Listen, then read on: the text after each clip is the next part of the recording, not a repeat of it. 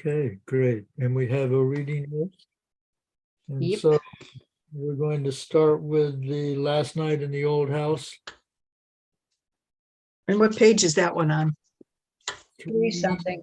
That's, no, Three- yes, 71. Page 71? Oh, 371. 371. Oh, thank you. All right, and then I need to look at the chat. Okay. All right, we're ready. So, hi folks out there in video land. We're going to do 3 stories today. We're going to do 2 Elizabeth Bowen stories. And the first Elizabeth Bowen story we're going to do is called Last Night in the Old House. Home. So let me ask this. We have another decision to make. Shall we do one Elizabeth Bowen story, then the James Joyce story, and then the second Elizabeth Bowen story? Whatever. Sounds good. Yeah, sounds good. All right. Okay.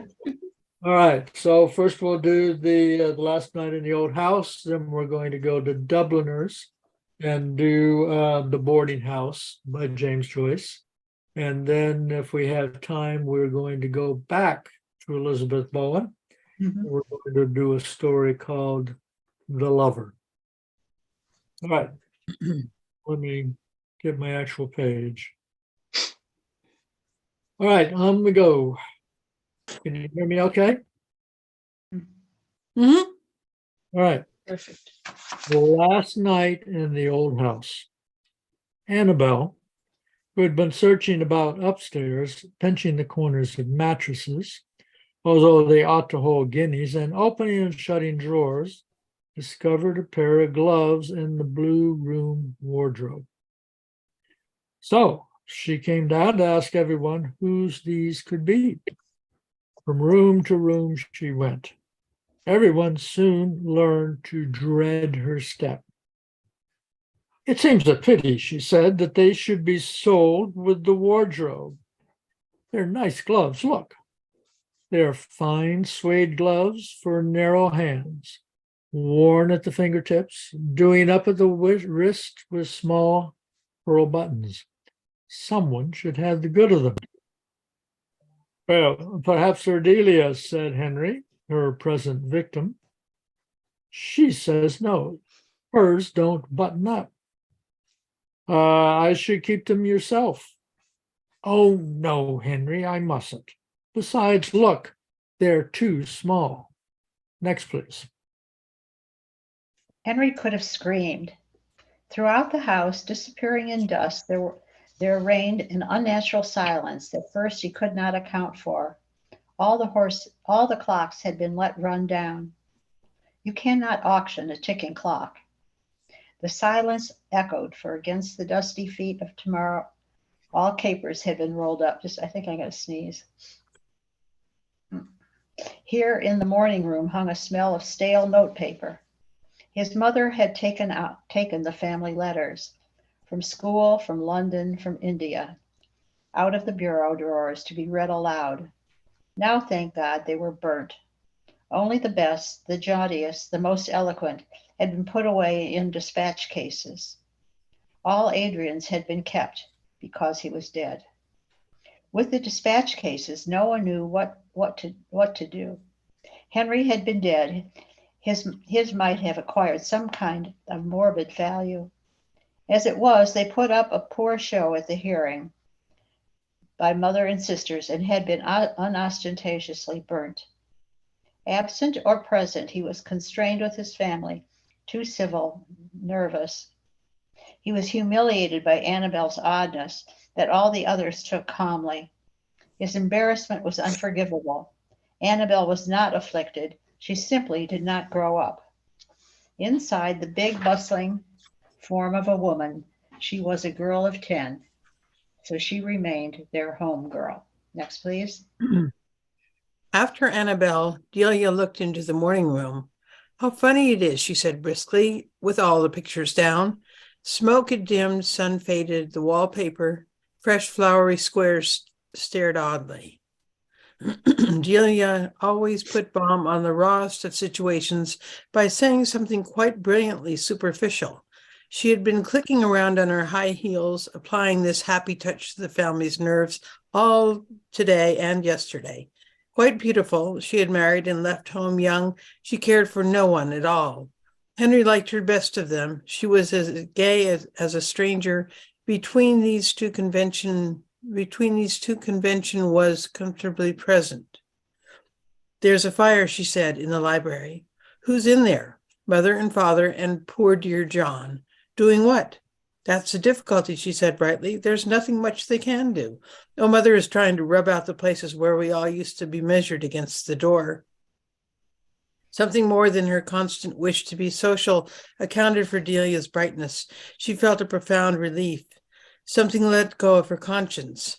Delia was no good. To her husband who bored her, she had for years been unfaithful. She was as light as a little cat. With home still going on here, some fiction of innocence had always unnerved her.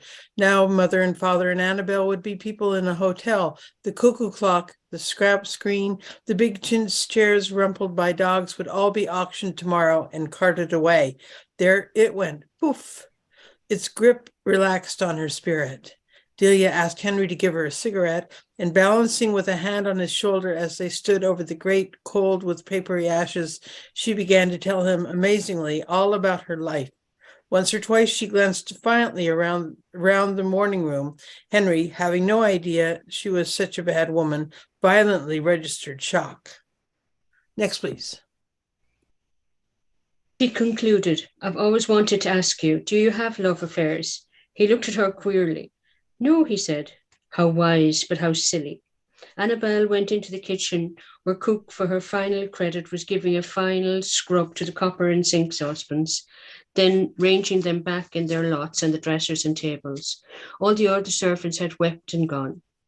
Annabelle turned the handle of the mincing machine and looked regretfully into a colander. Oh dear, she sighed. Cook took the mincing machine firmly away from Annabelle and put it back on a shelf. I used to make cakes here, usn't I?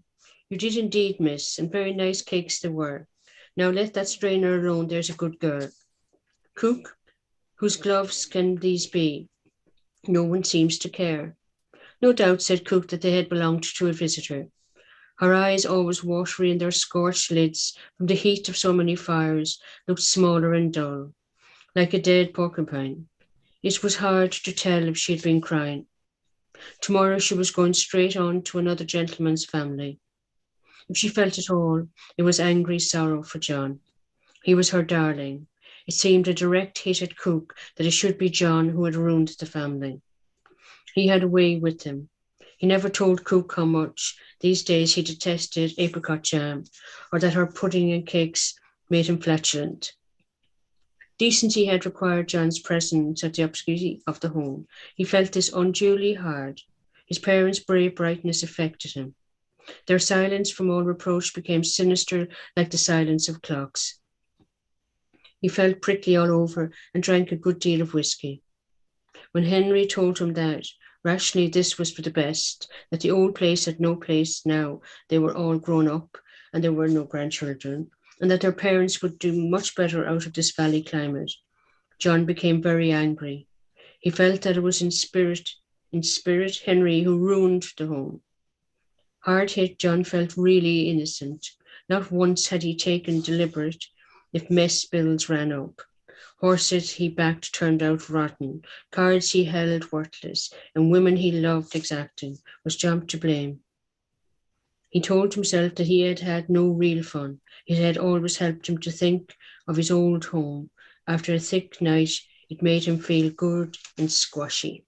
Next, please. The marks where the children were measured would not rub off the door. John suggested scratching them out with a pocket knife, but his mother said that would spoil the paint.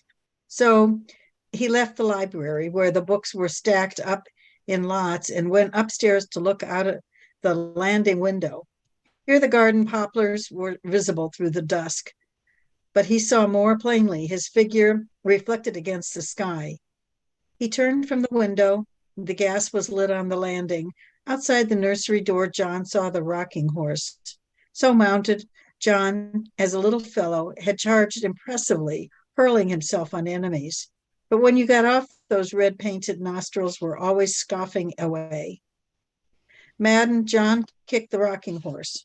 The rocking horse, stirrups flying, bumped noisily on its rollers. "Oh, you mustn't," screamed Annabel, darting out of the nursery, the suede glove still in her hand. Kneeling, she crooned on the horse's neck, "Darling, poor darling, wicked, unkind John." "Damn," muttered John, unnerved. Annabel heard him. Wild with affront, she scrambled heavily to her feet with a cow-like movement and dashed down the naked stairs. "Mother, mother," she wailed. Her mother came out of the library. "Oh, mother, John's a damn to me." "Never mind," said her mother, patting the convulsed homegirl. "He looked so awful. We must be kind to him." Next. All the doors were open. Henry and Delia glanced at each other. She smiled at a crease in her sleeve. He fumbled a cigarette out and went quite white. They both felt home had lasted a day too long. John came downstairs. His hand shook on the banisters. He looked in at Delia, mouth twisted as though he wanted to laugh, then pushed past into the dining room where the decanters were. "He's right," said Delia. "I think I should like one too." "Our horse," Annabel wailed. "Our old darling horse." "This is intolerable," said Henry. But their mother looked at him with expressionless eyes over Annabel's heaving shoulder. "Never mind," she murmured, and Henry knew he had been ordered away. Only the drawing room, where they were all always polite, remained unentered, untroubled. It was prepared for tomorrow, its last occasion, when crowds would bid for the piano, the sofas, the clock. The rugs were rolled up and numbered. The chairs stood in rows. Statues' unwearied arms upheld unlit lamps on the mantelpiece. Twilight came in through the unshuttered windows, hung in drops from the chandeliers, and shone in the mirrors. Next, please. A wind came up. Creepers began to tap on the south windows. Draughts crept through the house, fluttering here and there, a ticket on objects already bespoken. A door slammed upstairs. Henry went up to shut the windows. The rocking horse was still rocking. A straw from some packing case blew past his feet in the dark, which was melodramatic. Where are they going? Doesn't say where they're going. Well, they said something about a hotel, I think. Did it say? Yeah, just made a brief mention. Uh, It's another moving story. But it sounds like they're out of money to support the house. Yeah, Yeah, I think John did something that ruined them. Yeah. well, he did betting and stuff like that. Backed bad horses. Mm-hmm. But I He think thought he thought it was Henry's fault, so they're blaming each other. Yeah, I Oh, think well, that, yeah, I mean, that's just John's immature personality talking. Yeah. He knows damn good and well he's responsible, but he doesn't want to face that. So let me ask a question. I mean, John is obviously a child, or he's a grown adult, but he is the child. There's the mother. So I don't know. In England and in Ireland, are families responsible for people's debts? I well, they assume probably so. don't- Hmm. They probably don't have a choice. No, they probably haven't any choice. They probably have a choice, but they haven't really, because he'd obviously probably go into debtor's prison or something at that Okay. time. Well, it's just Well, that's what I'm kind of I'm asking. guessing. Because in I'd imagine so. in the United States, a family may take on a member's debt, mhm. Mm. but we're really not responsible. That's right. Mm. for, other people's Yeah, debt. no, you're not really responsible either. But Okay, I so assume it's they took the responsibility up. Otherwise, he Sure. probably would be imprisoned. Because they Well, said they it's- were all putting a brave face in it. Yeah. Yeah. But it's Well, saving face. It's saving face for Yeah. the family. The pride of the family is covered. Doesn't sound like they're gonna save very much face here. No, They think they are, though. Yeah, I suppose. Okay. Wow. Shall we go on to the boarding house? Yeah. Sure. Okay. So now we'll go to, and Joan, if you like, you had just a little tiny piece there at the end. You can begin the boarding house. Okay. Oh, that's a little cloud. Just a minute. What happened to the boarding house? I marked it. Mhm. Oh, I've got it. Oh, here it is. Is everybody ready? Mhm. The boarding house. Mrs. Mooney was a butcher's daughter. She was a woman who was quite able to keep things to herself, a determined woman. She had married her father's foreman and opened a butcher shop near Spring Gardens. But as soon as his father-in-law was dead, Mr. Mooney began to go to the devil. He drank, plundered the till, ran headlong into debt. It was no use making him take the pledge. He was sure to break out again in a few days. By fighting his wife in the presence of customers and by buying bad meat, he ruined his business. One night he went for his wife with the cleaver, and she had to sleep in a neighbor's house. Next, please. After that, they lived apart. She went to the priest and got a separation from him with care of the children. She would give him neither money nor food nor house room, and so he was obliged to enlist himself as a sheriff's man. He was a shabby, stooped little drunkard with a white face and a white mustache and white eyebrows penciled above his little eyes, which were pink-veined and raw, and all day long he sat in the bailiff's room waiting to be put on a job. Mrs. Mooney, who had taken what remained of her money out of the butcher business and set up a boarding house in Hardwick Street, was a big, imposing woman.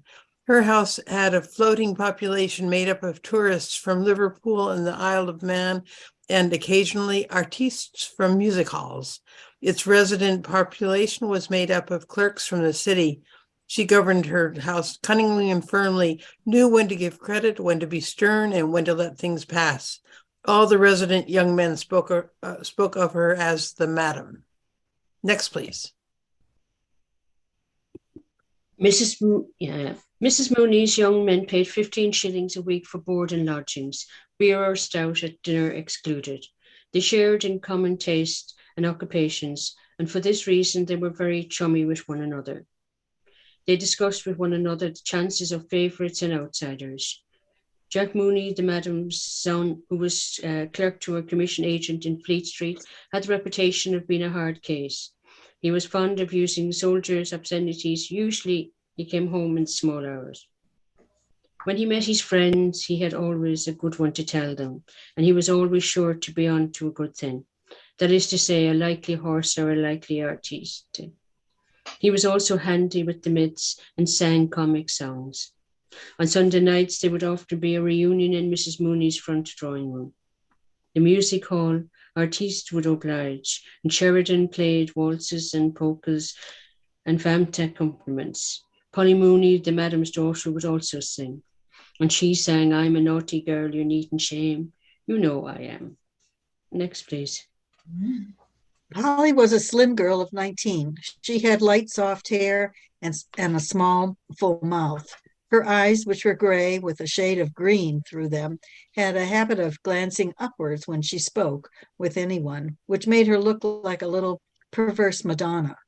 Mrs. Mooney had first sent her daughter to be a typist in a corn factor's office, but as disreputable sheriff's man used to come every other day to the office, asking to be allowed to say a word to his daughter, she had taken her daughter home again and sent her to do housework.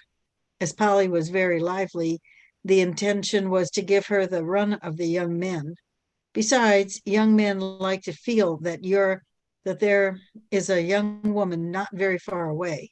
Polly, of course, flirted with the young men, but Mrs. Mooney, who was a shrewd judge, knew that the young men were only passing the time away. None of them meant business. Things went on for so long a time, and Mrs. Mooney began to think of sending Polly back to typewriting when she noticed that something was going on between Polly and one of the young men.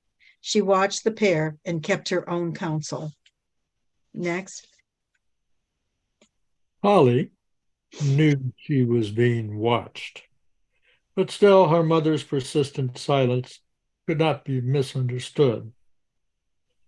There had been no open complicity between mother and daughter, no open understanding, but though people in the house began to talk of the affair, still Mrs. Mooney did not intervene. Polly began to grow a little strange in her manner, and the young man was evidently perturbed. At last, when she judged it to be the right moment, Mrs. Mooney intervened. She dealt with moral problems as a cleaver deals with meat. And in this case, she had made up her mind. Next, please. It was a bright Sunday morning of early summer, promising heat, but with a fresh breeze blowing. All the windows of the boarding house were open, and the lace curtains ballooned gently toward the street beneath the raised sashes. The belfry of George's church sent out constant peals, and worshippers, singly or in groups, traversed the little circus before the church, revealing their purpose by their self-contained demeanor no less than by the little volumes in their loved hands. Breakfast was over in the boarding house, and the table of the breakfast room was covered with plates on which lay yellow streaks of eggs, with morsels of bacon fat and bacon rind.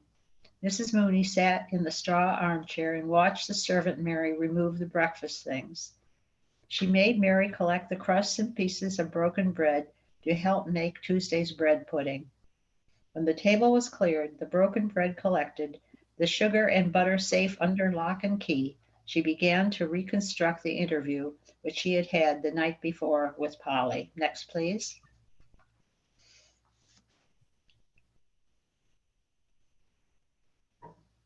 Things Oh, were, Katrina.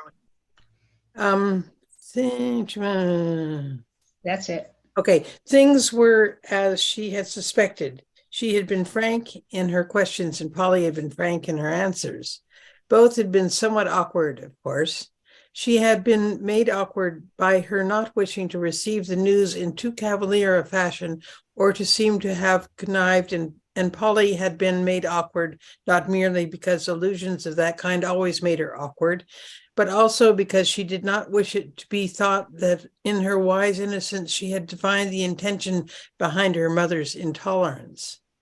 Mrs. Mooney glanced instinctively at the little gilt clock on the mantelpiece as soon as she had become aware through her reverie that the bells of George's church had stopped ringing.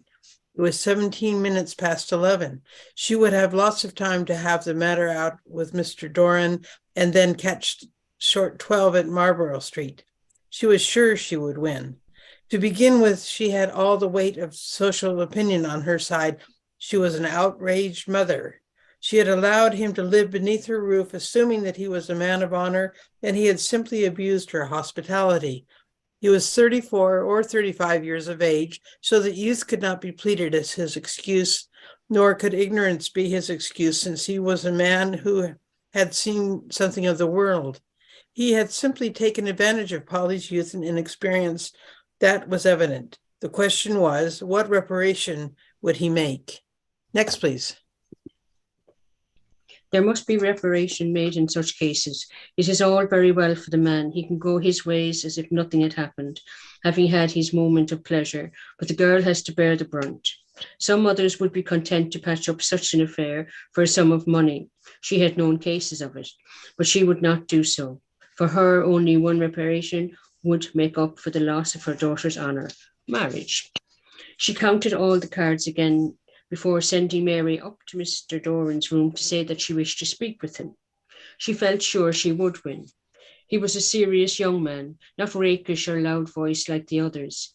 If it had been Mr. Sheridan or Mr. Meade or Bantam Lyons, her task would have been much harder. She did not think he would face publicity. All the lodgers in the house knew something of the affair. Details had been invented by some. Besides, he had been employed for 13 years in a great Catholic wine merchant's office, and publicity would mean for him perhaps the loss of his job. Whereas, if he agreed, all might be well. She knew he had a good screw for one thing, and she suspected he had a bit of stuff put by. Nearly the half hour, she stood up and surveyed herself in the pier glass. The decisive expression of her great florid face satisfied her, and she thought of some mothers she knew who could not get their daughters off their hands. Next, please. Mr. Doran was very anxious indeed this Sunday morning. He had made 2 attempts to shave, but his hand had been so unsteady that he had been obliged to desist. 3 days' reddish beard fringed his jaws, and every 2 or 3 minutes a mist gathered on his glasses so that he had to take them off and polish them with his pocket handkerchief. The recollection of his confession of the night before was a cause of acute pain to him. The priest had drawn out every ridiculous detail of the affair, and in the end had so magnified his sin that he was almost thankful at being afforded a loophole of reparation. The harm was done. What could he do now but marry her or run away? He could not brazen it out. The affair would be sure to be talked of, and his employer would be certain to hear of it. Dublin is such a small city, everyone knows everyone else's business. He felt his heart leap warmly in his throat as he heard in his excited imagination old Mr. Leonard calling out in his rasping voice, "Send Mr. Doran here, please." Next. All his long years of service gone for nothing. All his industry and diligence thrown away. As a young man, he had sown his wild oats, of course. He had boasted of his free thinking and denied the existence of God to his companions in public houses. But that was all past and done with, nearly. He still bought a copy of Reynolds' newspaper every week, but he attended to his religious duties and for 9/10 of the year lived a regular life. He had money enough to settle down on. It was not that. But the family would look down on him. First of all, there was her disreputable father. And then her mother's boarding house was beginning to get a certain fame. He had a notion that he was being had. He could imagine his friends talking of the affair and laughing. She was a little vulgar. Sometimes she said, I seen, and if I had have known. But what would grammar matter if he really loved her? He couldn't make up his mind whether to like her or despise her for what she had done. Of course, he had done it too. His instinct urged him to remain free, not to marry. Once you are married, you are done for, it said. Next, please. While he was sitting helplessly on the side of the bed in shirt and trousers, she tapped lightly at his door and entered. She told him all, that she had made a clean breast of it to her mother, and that her mother would speak with him that morning. She cried and threw her arms round his neck, saying, "Oh, Bob, Bob, what am I to do? What am I to do at all?" She would put an end to herself, she said.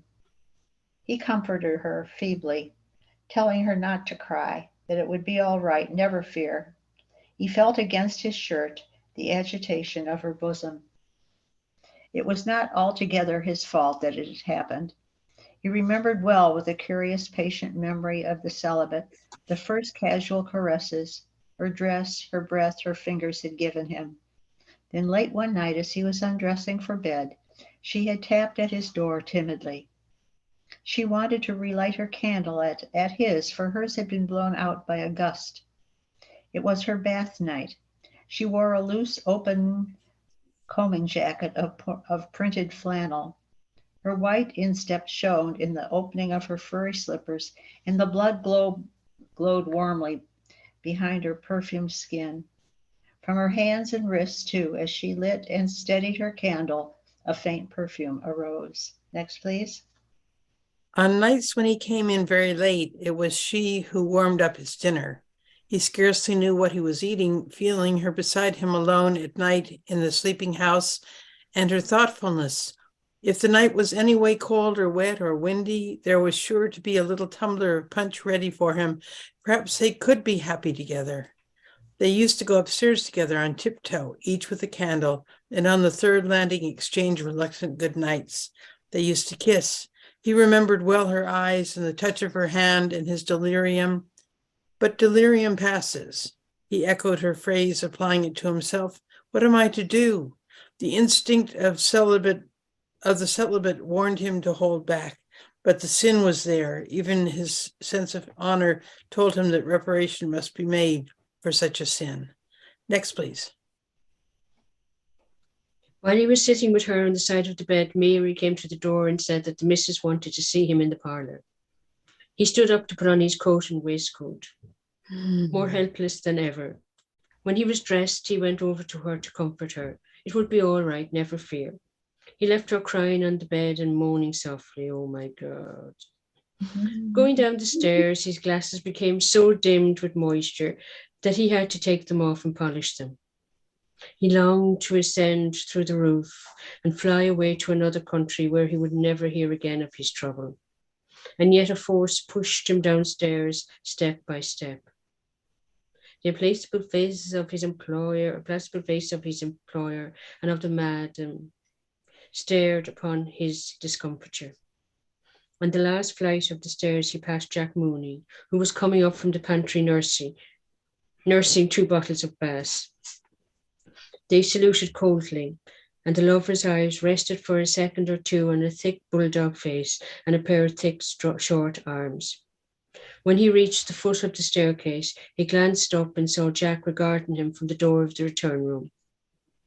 Suddenly he remembered the night when one of the music hall artistes, a little blonde Londoner, had made a rather free allusion to Polly. The reunion had been almost broken up on account of Jack's violence. Everyone tried to quieten him. The music hall artiste, a little paler than usual, kept smiling and saying that there was no harm meant. But Jack kept shouting at him that if any fellow tried that sort of a game on with his sister, he'd bloody well put his teeth down his throat, so he would. Next, please. Polly sat for a little time on the side of the bed, crying. Then she dried her eyes and went over to the looking glass. She dipped the end of the towel in the water jug and refreshed her eyes with the cool water. She looked at herself in profile and readjusted a hairpin above her ear. Then she went back to the bed again and sat at the foot. She regarded the pillows for a long time, and the sight of them awakened in her mind secret, amiable memories. She rested the nape of her neck against the cool iron bed rail and fell into a reverie. There was no longer any perturbation visible on her face. She waited so patiently, almost cheerfully, without alarm, her memories gradually giving place to hopes and visions of the future. Her hopes and visions were so intricate that she no longer saw the white pillows on which her gaze was fixed or remembered that she was waiting for anything. At last, she heard her mother calling. She started to her feet and ran to the banisters. Polly, Polly. Yes, Mama. Come down, dear. Mr. Doran wants to speak to you. Then she remembered what she had been waiting for. Excellent. Boy. Poor Bob. Oh, he'll be all right. The setup. He just goes on a bender for a few times a year. Right. This is very much like Kabuki. Yeah. Oh, stare. Yeah. Where is the what's the word I want? I've lost words. They're somewhere around. What we were talking about, the peristalsis, the paralysis, paralysis in this story. I don't see it. He's caught in a web. Seems eclipsed. He's not going to run away. Yeah. No, he's stuck. Well, maybe He's that's caught. He's caught in a web, and you know, and you know, nobody's the ladies. Everybody knows that maybe this was a trap of some sort, Mm. and that there was collusion, but no one, you know, no one is going to say it. Mhm. You know, that's why I say it's a little bit like kabuki theater. Mhm. You know, it's marvelously, and it's, you know, just in a few strokes how it gets so much done. Yeah. I like the phrase, he wanted to fly away, fly up and away, but he was forced down the stairs. yes. Mhm. That- It's And Go even Polly in the end, she, in terms of paralysis, she forgets why she's crying even. She Well, she forgets even what she's waiting for. Mhm. Yeah, well, that's good. Yeah. But then Yeah. she has to go back into it. So that's Yeah. paralysis. Mhm. I think she knows her mother wants to get rid of her. Yeah. wanted to. And then Well, she she knows wanted that right she for it. that she can't go back to a regular job because her father is such a pain in the neck. Ugh. You know, But I think the son is going to turn out like his father. If at 11:20 in the morning he's walking upstairs with 2 bottles of Bass. Yeah. This is Yeah. it's Enabled again by actually the mother. Mhm. She's the competent one. Mhm. A little cold-blooded, but she is competent. Ugh. It says here in Tyndall that Bob Doran is in Ulysses. Mhm. he is, yeah. That's why Yeah. I said he in I don't Ulysses he goes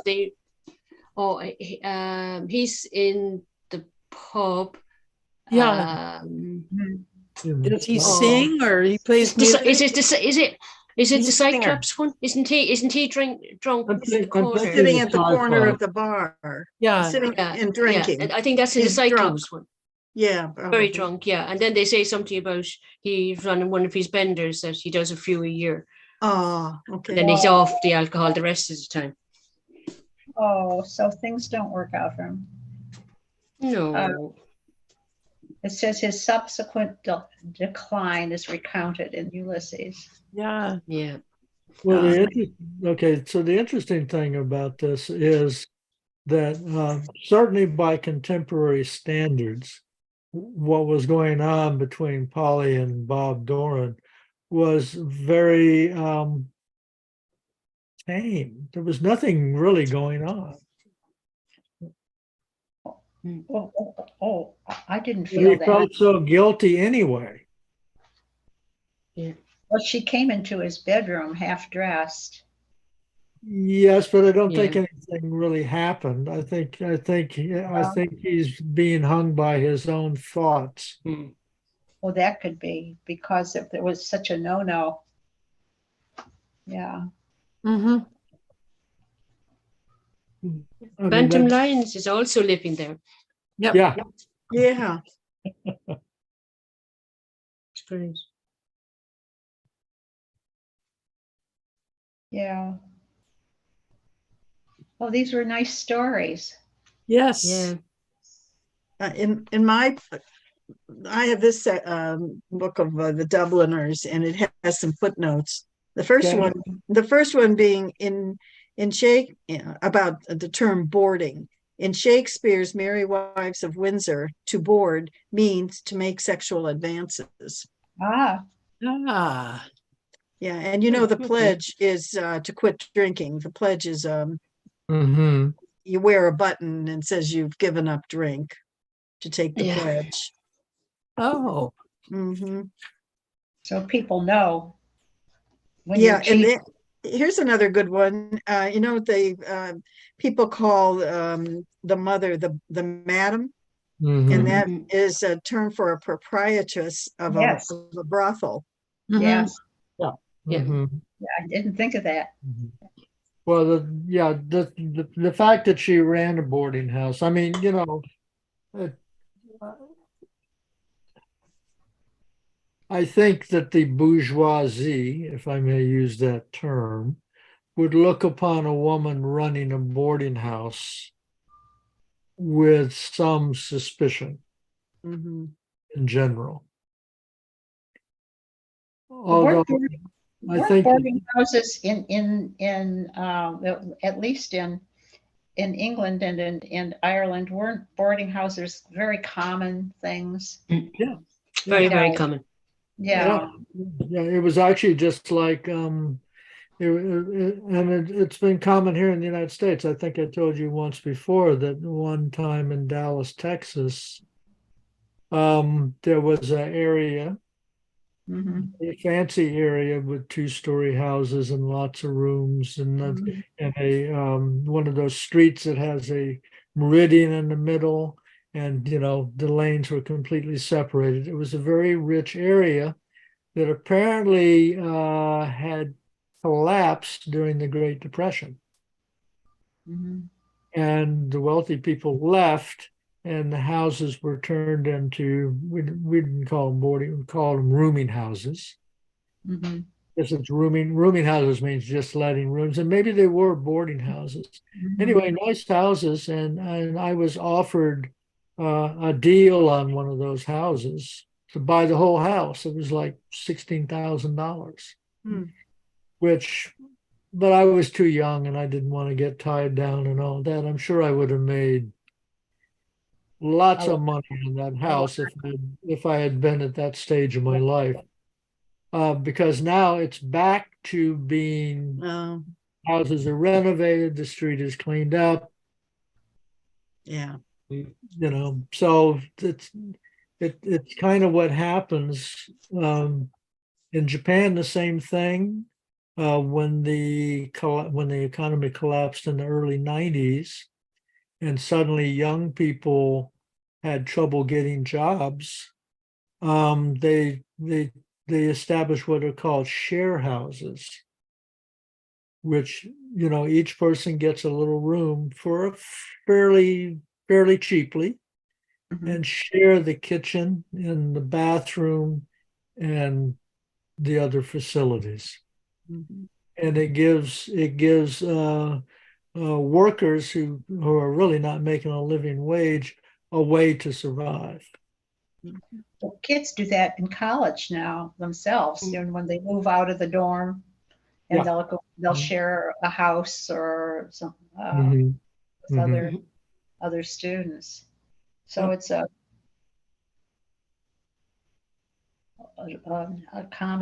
common thing. But this woman, she was a madam for one for one. There's another footnote here too about the song that Polly sings. I'm a I am, and Oh, yeah, yeah, it's a music hall song about a promiscuous girl. yeah, Oh, Yeah. yeah.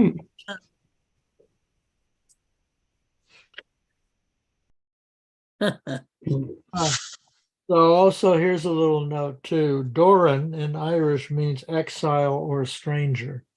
Um, Oh. What word, Duncan? Doran? Really? The surname? Yeah. yeah. Yeah, this is from the annotations of Oh, Joyce okay. annotated. I didn't know that. Yeah, and it is in Cyclops that Bob Doran appears, Okay. as I well think as it was, yeah. a little appearance in Circe as well. Mm. But where did this go? It speaks here about it, the story being naturalistic, and I'm not sure I know what that means. The story's naturalistic. It's naturalistic. Yeah, I'd have to look it up. It says, never was pressure of environment more obviously displayed. Bob Doran's fall, determined by Dublin's moral conventions and hypocrisies, seems exemplary. Mhm. Well, you can see that, he would lose his job, lose I was his amazed at his that. Yeah, that he income. could Mhm. lose his job. Yeah, it extends beyond just the relationship with Polly and her mother. It's his livelihood. Says the theme, like that of any naturalistic story, is this pressure within which the madam and her daughter work. Yeah. Mm-hmm. Hmm. But it's sad in that they work towards this marriage, but the marriage is not happy if he's an alcoholic. Mm-hmm. And he ends up being one, yeah. So is the marriage more desirable than being single, even if the marriage brings drunkenness and expense? For either of them. Yeah. Mm-hmm. I think maybe Polly's mother orchestrated it in a way because Polly is a bit flighty. So get her a husband who's in his 30s, has a couple of bob put aside. Yeah. Before Yeah, so- something was going to happen to Molly, like if she was going to get pregnant, or Polly, sorry, well, at least then she'd have a husband and a cover. Yeah. Right, The mother was right. expecting better than what they got. Yeah. Well, yeah, remember the mother had the same situation. Yeah. Oh, But I mean, I think that the mother, by getting the separation because her husband was her husband was a alcoholic and a wastrel, she salvaged a bit of a social reputation, although not very high up in the scale. At least it was stable, and she did have control of her boarding house. In Ulysses, does it indicate how or why, I should say, Bob Doran declined? He seemed like such a good guy. It actually does make a reference. Mm-hmm. I'm looking Was, for it the fault, was it the fault of the girl? Or was yeah, he? Yeah. Yeah, did you? well, it could also just be his options have narrowed down to work and this marriage. Mm-hmm. He can't fly away. He can't make new choices. He got to share the money he saved and the money he earns. And But there's a big, I mean, let's face it, there is a big, alcohol is a big deal. yeah. I mean, Huge. even how many times have we been jokingly told about, having to go over to the office, which is fine. Yeah. Yeah. Oh, Yeah. yeah. Yeah. Fine, yeah. but I mean, there's constantly mention of alcohol, Mhm. wine and beer. And it just seems to be, I mean, I know this more from Japan than anywhere else. I've seen the United States. I mean, I think I've told you all before, I'm the only sober male in my family for a number of generations, except for my father's father, who owned a liquor store. Hmm. But certainly here in Texas, I mean, people talk talk Yeah. about drinking beer and drinking Mhm. all the time. Mhm. And, they're going to go out and have a good time, which usually, means um, Mhm. drinking a lot. And so, Mhm. and there's just a certain percentage of human beings that, particularly our male human beings, that it's not a good thing. Mm. And it'd be interesting to keep an eye out for how often his periodic bender was. Because Yeah. I worked with a guy, a Hispanic fellow. He worked for the construction company when he was as sober as a judge much of the time. But about every 2 years, he would suddenly go onto a bender and get himself into trouble. Mm. And then, and then he would get caught, and then, he would just be the soberest, most hardworking guy you could, you'd think he was a saint all the time. Mhm. So He was just a guy that every once in a while he let himself go and have a good time. yeah, something would happen, and he would, as they say, he'd End go up in trouble. Yeah. But he wasn't an alcoholic under those circumstances. I don't know how you want to define alcoholic. Yeah. It gets real tricky. He was actually, he was arrested. The last time I knew when he did it, he was arrested for drunk driving. Drunk and Okay. reckless driving. Wow. I always think of alcoholism as being something where someone has, at some point in their drinking, has lost control of the amount.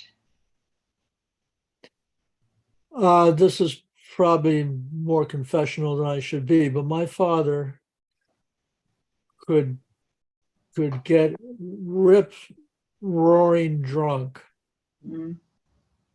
and no matter what, he would get up at 6:30 in the morning and get himself ready and go off to work at 7 in the morning. Yeah. And work Amazing. steadily the whole day. And when he got off at 4 o'clock, he would meet his buddies down at the bar Start all over again. Yeah. and start all over again. Amazing. And he did that, for 25 years. Wow. So, there's all kinds of levels of drinking. And, I do think drinking has a lot to do with coping with various pressures of one sort or another. Well, I was on a trip, a sailing trip on Lake Erie. We went to one of the islands and docked the boat and went into a bar.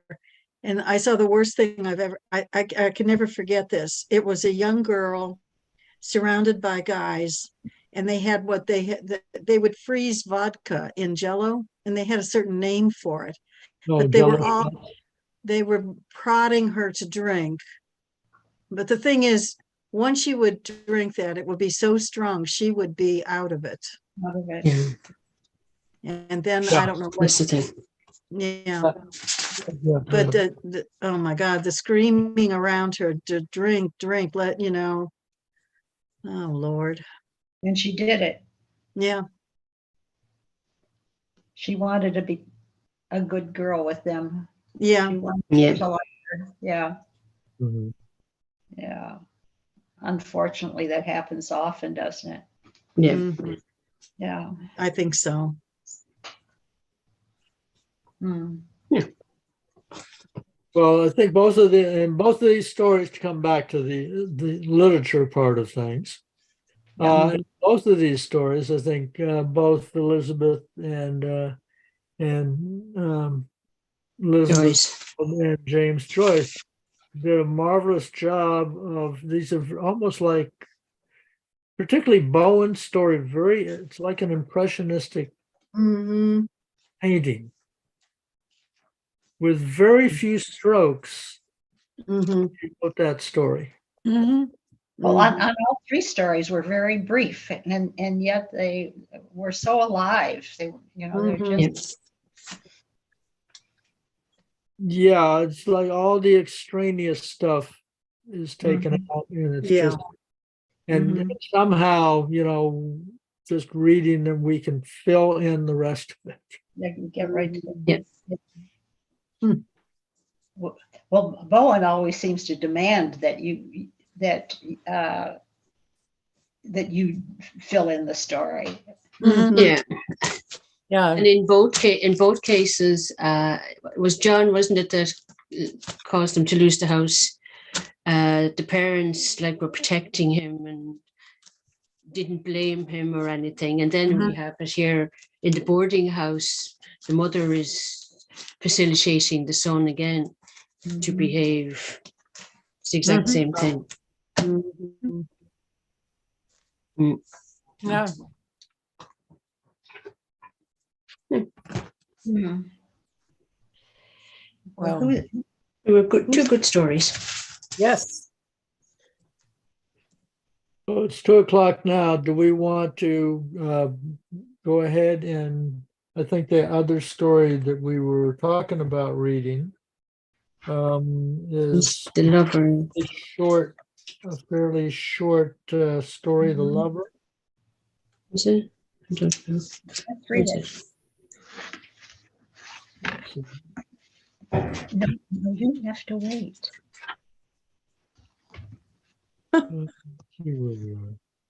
58 to 7 pages. Yeah. But that probably take us about 20 minutes. Do we want to go ahead and do it, or do we want to stop here? Whichever. I'm don't fine. mind. I think we could read it. It's not going to take very long. I can do either. I'm happy to read it.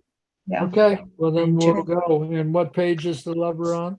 It's 64. 64. Okay, 64 in this version. all right.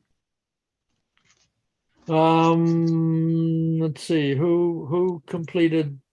I think it was Anne, wasn't it? Anne Meisner? Yeah. Were you last, Anne? Yeah, I think so.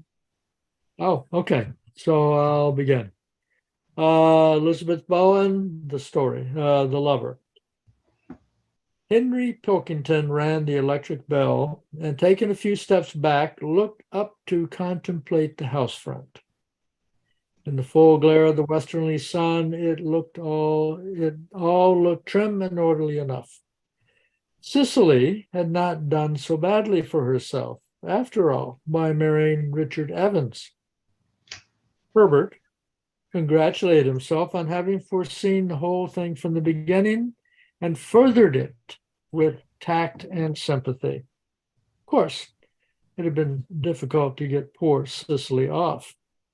The hall door was opened suddenly by Cicely's nervous little maid, who, flattening herself against the passage wall to allow of his entrance, contrived by dodging suddenly under his arm to reach the drawing-room door before him and fling it wide.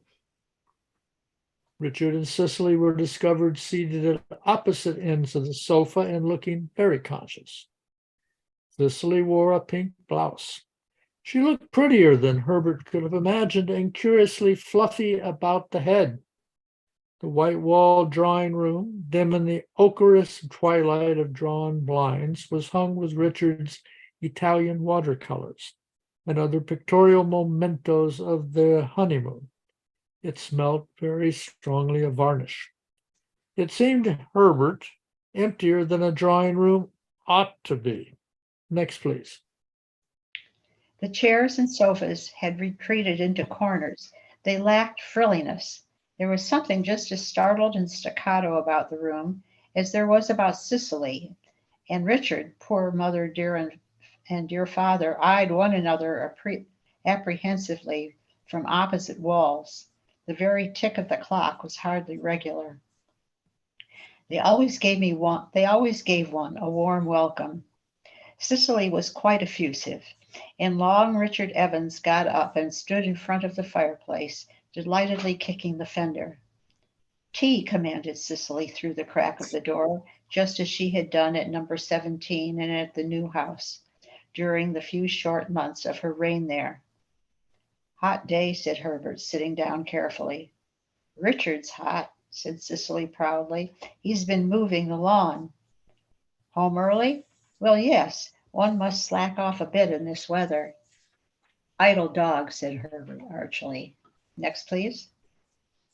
Doesn't being engaged agree with Herbert? Cried Cicely, slapping his knee. She had never taken these liberties at number 17. Don't you feel wonderful, Herbert? Is it not like anything you've ever felt before? Isn't it not like anything you've ever felt before? Herbert ran one finger around the inside of his collar and smiled what Doris called his quizzical smile. Only 3 weeks more, contributed Richard. And how's the trousseau getting on? My trousseau? Hers, of course. My dear Herbert, those dressmaker women have got you in their fist. If they don't choose to let her have the clothes in time, she'll put the whole thing off. Herbert was not to be alarmed. Oh, they'll hurry up, he said easily. I'm making it worth their while. By gad, Cicely, she does know how to dress. They are the most wonderful clothes. She is lucky, isn't she, Richard? Herbert beamed complacently. She deserves it all, he said. I think she's getting handsomer by the day. Happiness does a good deal for us all, said Herbert gallantly. By the way, said Cicely, winking at Richard, an accomplishment he must have taught her, look carefully round the room, Herbert, and see if you see anyone you know. Next, please. Herbert, who had taken Richard's place on the sofa and was sitting with his hands in his pockets and his legs stretched out, turned his head as far as his collar would permit and made an elaborate inspection of the chimney piece, the whatnot, the piano top. Very well, she looks up there too, he said, raising himself a little with arched back for a better view, then relapsing with a grunt of relief. He had seen what he expected. The portrait of his beloved looking out coyly at him from between two top-heavy vases. Where did you get that, Cicely? She brought it round herself the day before yesterday. She came in just before supper. I was out, but she stayed a long time talking to Richard. Oh, Richard, look at Herbert getting crimson with jealousy. Herbert, who never changed colour except after meals or from violent exertion, beamed with gratification. Never mind, Herbert, said Cicely. I'm jealous too, you see. Herbert was often irritated by the way that Richard and Cicely looked at each other across him. He did not enjoy the feeling of exclusion. But of course he and Doris would be able to look at each other across people just like that when they were married. Do bring it over here, Richard, said Cicely, nodding at the portrait. I want to look at it again. Tea was carried in, not noisily, but quite unnoticed. The brother and sister were looking at the photograph. Herbert leaned back, smiled at it with an absent and leisurely pride. Cicely bent forward in eager and short-sighted scrutiny. She seemed to be looking for something in it that she could not find. Next, please.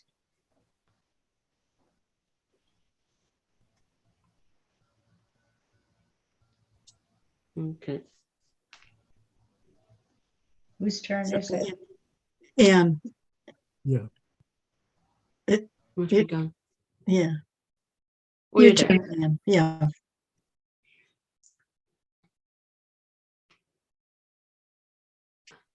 Are you trying to It's find your the- turn, Anne. No, I thought it was Oh, your sorry, turn. a young lady. Sorry. Do you want me to say where I finished? Cicely bent forward in eager and short-sighted scrutiny. She seemed to be looking for something in it that she could not find. And then as a young lady.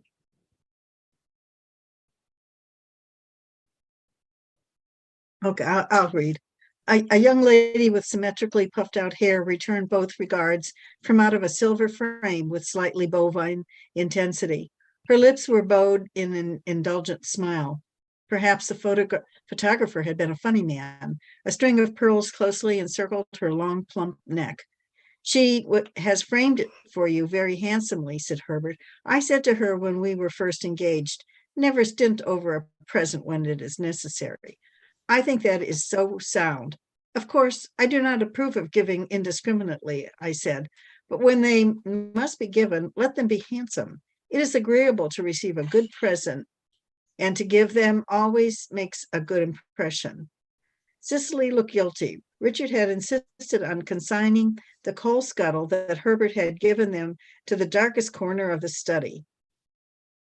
Doris always understands me perfectly, continued Herbert, examining the frame to see if the price was still on the back. I think it will never be necessary for me to say anything to her twice. Even if I express an opinion, she always remembers. It's quite extraordinary. Extraordinary, echoed Richard. His voice had often an ironical note in it.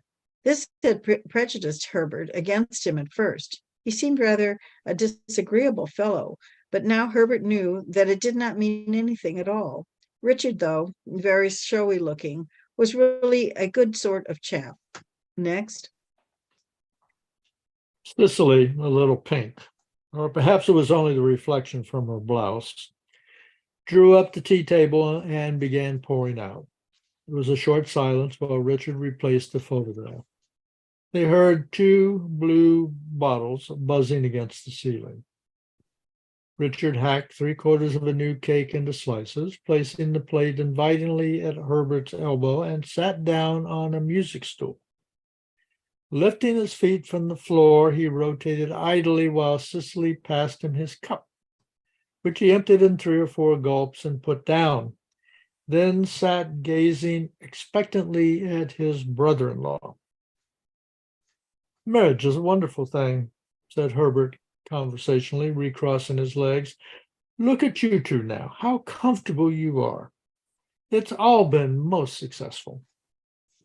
Cicely had never known till this moment whether Herbert really approved of them. Next, please. Oh, I'm sorry. The most surprising people, he continued, make a success of matrimony. Of course, people have varying ideas of comfort. Everybody does not understand this. Therefore, there have been, alas, unhappy marriages. But the right people always find each other in the end, said Cicely dreamily. You did sort of feel, didn't you, Herbert, when you first met Doris? Women have these fancies. Herbert was all indulgence for them. Doris has confessed to me that she was affected, quite extraordinarily affected, by our first meeting. It made little or no impression upon me, but Doris is a true woman. Next, please.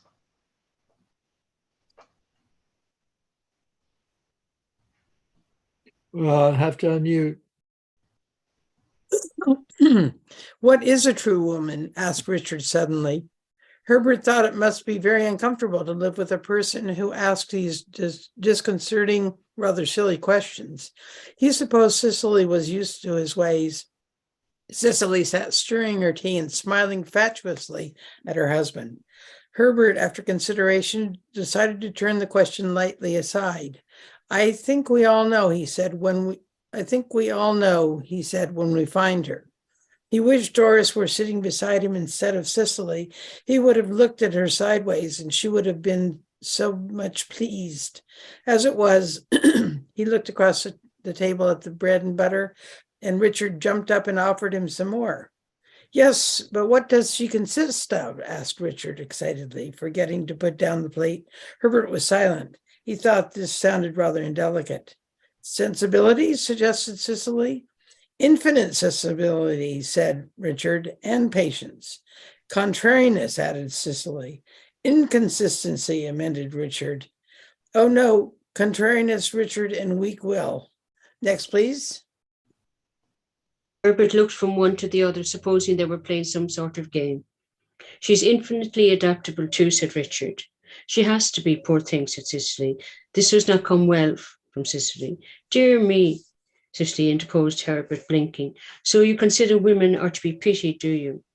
Cicely opened her mouth and shut it again. She clasped her hand. This does not speak well for Richard, said Herbert humorously. Doris would be much amused.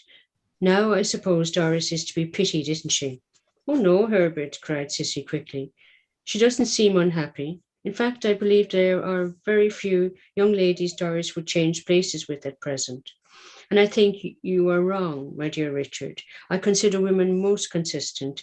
If she is taught, and she can be easily taught, she is simpler and more childlike than we are, of course. Her way in life, I know, is simple. She is seldom placed in a position where it is necessary for her to think for herself. She need never dictate, except, of course, to servants, and there she's backed by her husband's authority. All women wish to marry. Richard and Cicely listened respectfully. A true woman, continued Harmony, Herbert warming to his subject, loves to cling. But she mustn't cling heavily, must she? Said Cicely. She clings not only to her husband, but in a lesser degree to her household, and he coughed slightly. Children. Her spear. Is the home, said Richard quickly, but suppose she hasn't got a home. Next, please. She may now hope till a quite advanced age to obtain a home by matrimony. If she cannot, she must look for work. It is always possible for an unmarried woman to make herself useful if she is willing and, he considered carefully, bright. Do you like women to be bright? Asked Cicely eagerly. It depends, said Herbert guardedly. He had hated Cicely when she was skittish. It had sat grotesquely upon her as a spinster, though now that she was married, a little matronly playfulness did not ill become her. Doris is bright, and equable.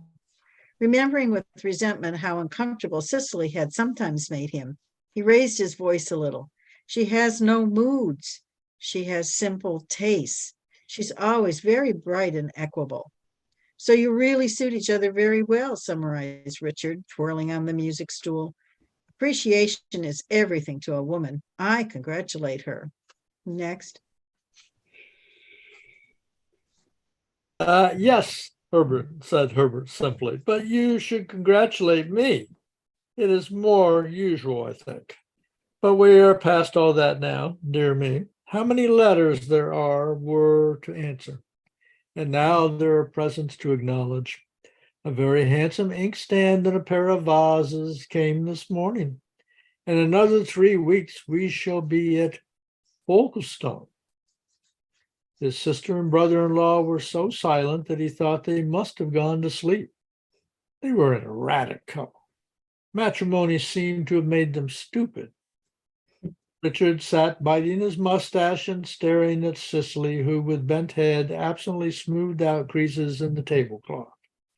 One might almost have said they were waiting for him to go. It was curious how little of this he had suspected in Cicely, although she was a sister. In the evening, he knew that Richard and she read poetry together, and not improbably kissed. Through the folding door, he could hear their cold supper being laid out in the dining room. How could he have guessed that something inside her had been clamoring for these preposterous evenings all her life? She seemed so contented sewing by the lamp while he smoked and read the paper in Poor Mother Dozed. Next, please. It was wasting pity to be sorry for them. He turned from his anemic relations to review his long perspective upholstered happiness with Doris. One might almost say that the upholstery was Doris. Herbert, feeling his heart grow great within him, could have written a testimonial to all the merchants of romance. Having given love a trial, he had found it excellent and was prepared to recommend it personally, almost to offer a guarantee. Dear Doris would be waiting for him this evening, demure, responsive, decently elated, and he was going to visit at her home. This intention he communicated to Richard and Cicely, who rose in vague and badly feigned distress. Herbert had said nothing about going, as it happened, but since they had so understood him, well, they were scarcely entertaining. He had been there long enough. They saw him at the gate, and soon together under the laburnum tree, watching him down the road. Richard's arm crept around Cicely's shoulders. But this, ah God, is love, he quoted, and Herbert had forgotten them before he reached the corner. I was having a terrible time figuring out who was who. Absolutely. You did too? I was. Yeah. Hmm. Who was married to who, and who was whose brother and sister, and who was getting married and who was already married. Yeah, this seems pretty obviously an early story. Mm-hmm. I wasn't crazy about this story. No, it's very awkwardly written Yeah. compared to the other one. I mean, the other one was so deftly written, Yeah. and this one is really awkward. It's almost hard to read in places. Yeah, I found it hard to keep everything in mind. But then Yeah, it is one of her first stories. It is, yeah. I was just going to say Yeah. the same thing. What is she saying? What is she saying here? I can't find it. At first, I thought that Cicely had been the lover of Herbert Yes. and that he had gotten rid of her by getting her married to Richard. To Richard. Yeah. that's, But I then thought when that- in the end, it's interesting how the author is developing her writing technique, I think. But so it's only in the last paragraphs we learn that Cicely is his sister and Richard is the brother-in-law. And it seems like there's a contrast between what Richard and the lifestyle that Richard and Cicely have settled into and what Herbert expects. Yeah. And you do wonder, is Doris really going to measure up Yeah. being docile, or is she going to act out and, Mm-hmm. But Yeah, doesn't She it sounds young and immature. mhm, And Herbert sounds like an expert on it. He knows all Yeah. about marriage. yeah. Herbert sounds like a total ass. Mm. I Oh, think they all do. I don't like any of them. no, they're stick figures with the parents' photo paintings up on the wall, looking at each other over everybody. Yeah. That was Yeah, interesting. actually, this story should give encouragement to people who are just getting started in writing. Mhm. Yeah. Yeah. One thing I thought was funny when the maid opens the front door to let him in, and then she goes in under his arm, so that Yeah. she's there to, Yeah. to set her off the orders. Yeah. You see it happening. And one thing, why did she give them a present of a photograph of herself? See, I was wondering, I was having a feeling that one of the couple wasn't married yet Mhm. with all those talk about gifts. Well, the gifts were to Yeah. Herbert. The gifts were Herbert to and Herbert and Doris. Herbert and Doris are receiving their wedding gifts. Yeah. well, they must have just gotten married. Or They're not married yet. I don't think they're they're married. getting married in a few weeks, in 3 weeks. Oh yeah, when they were married. Yeah. You know, I think it's excellent that we read a later story by First. Elizabeth Bowen and a story from the Dubliners, and then came back to this early yeah. Elizabeth Bowen story because it makes it so obvious that at least to me, it makes it so obvious that she was just getting started writing, and she wasn't very good at it. But you don't know where these Yeah. stories were scattered within the books that she wrote. Well, but These are from her earlier years. This one is. Mine is listed as first stories. Yeah, Yeah, first stories as well for me. Mhm. I suppose it's good in one way in that Herbert is criticizing his sister and brother-in-law all the time, but he's going to end up the exact same, Yeah. doing nothing. Yeah. I think that it seemed to me that actually Richard and Cicely were doing fine. Oh, they're doing fine themselves. He's just very critical of them. Mhm. He's going to do. Well, He thinks they but do there nothing, is- but they actually do. I That they're think the hugging, one, he has his arm around her when they're leaving. yeah. But there's one clue that things are settled into a cold um, relationship. And that was when the servant is putting the cold food on the table for their meal. Oh. Mhm.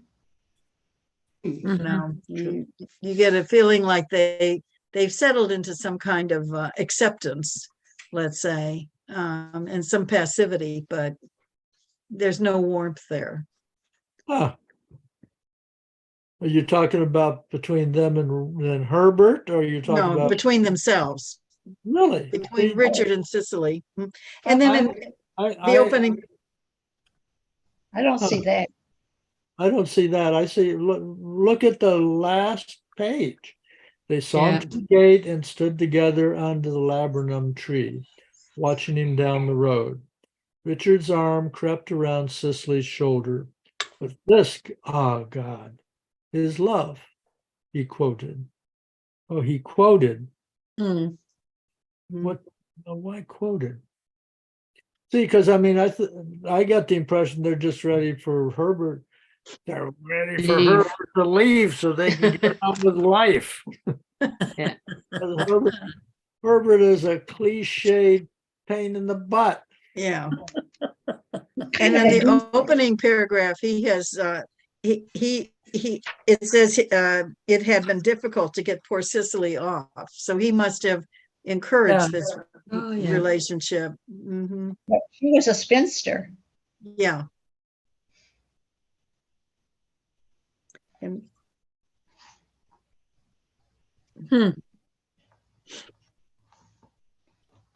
And now she seems to be happily married. and Well- even with that last quote you said, but this God is love. It could be said with irony. Okay. Yes. Okay. Yes. Well, That there's a I'll just say possibility. I don't think so. Okay. I don't think so. Because think go it's- back to page 2. Hold on, I need to. Richard and Cicely were discovered seated at opposite ends of the sofa and looking very conscious. Cicely wore a pink blouse. She looked prettier than Herbert could have imagined and curiously fluffy about the head. So she's looking well since she got married. Mm. Yeah, and you know, I mean, Herbert, of course, I don't think that Elizabeth Bowen has developed her style enough yet to tell us when there is the, you know, the God in the sky narrator versus the opinion of one of the characters. Mhm. It looks as if Richard and Cicely have just gotten married, and Herbert and Doris are about to get married. Mhm. And there seems to be a kind of competition between the two couples. They're not entirely nice to each other. Mhm. What do you think? I mean, look at Herbert's opinions about women Mm.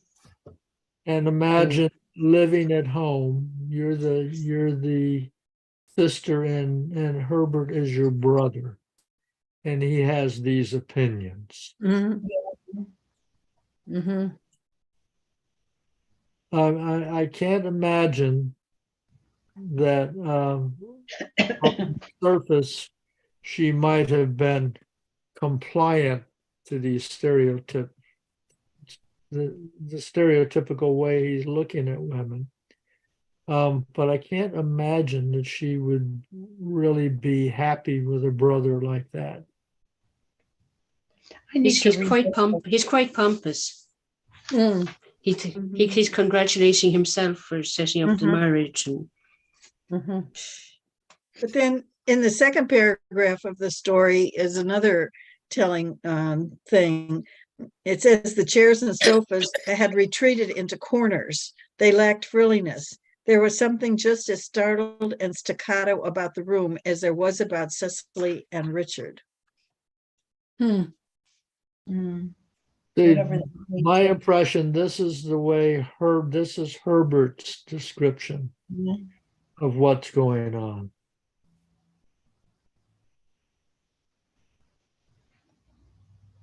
That's interesting. I If need to read it if I again. if I was confident that this is the eye in the sky description, then I would have a different viewpoint. But it seems to me this is Herbert's opinion. This is what Herbert is seeing. Mhm. Well, now that I know who everybody is, I need to read this over again. Okay, please do and bring us a report. I'm not sure I do want to read it over again. Mm,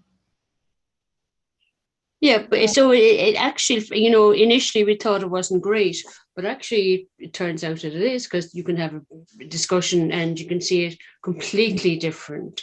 You mhm. get a completely different view of it, which is good. Yes. Mhm. I suppose maybe it's just simple. Mm. All right. Uh,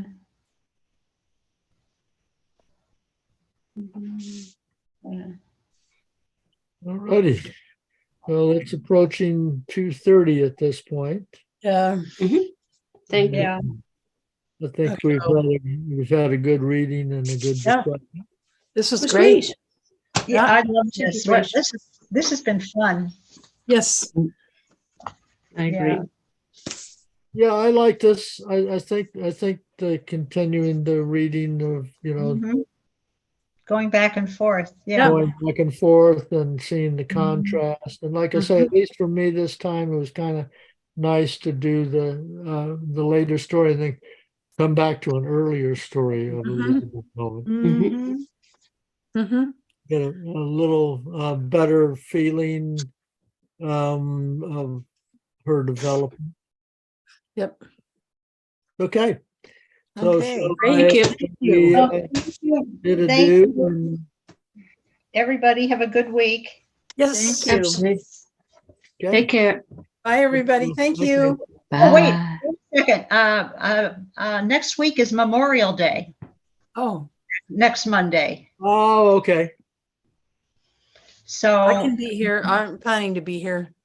I don't know. It depends on my granddaughter's work schedule, whether we'll celebrate on Sunday or Monday. So I may or may not be here. Okay. All right. Well, I certainly have no big plans for Memorial Day myself. Mhm. So I'll just log on and we'll see Yeah. See who's Yeah. there. I'll be here. I'll be here. Okay. Okay. Bye, Bye. everybody. Bye. Bye.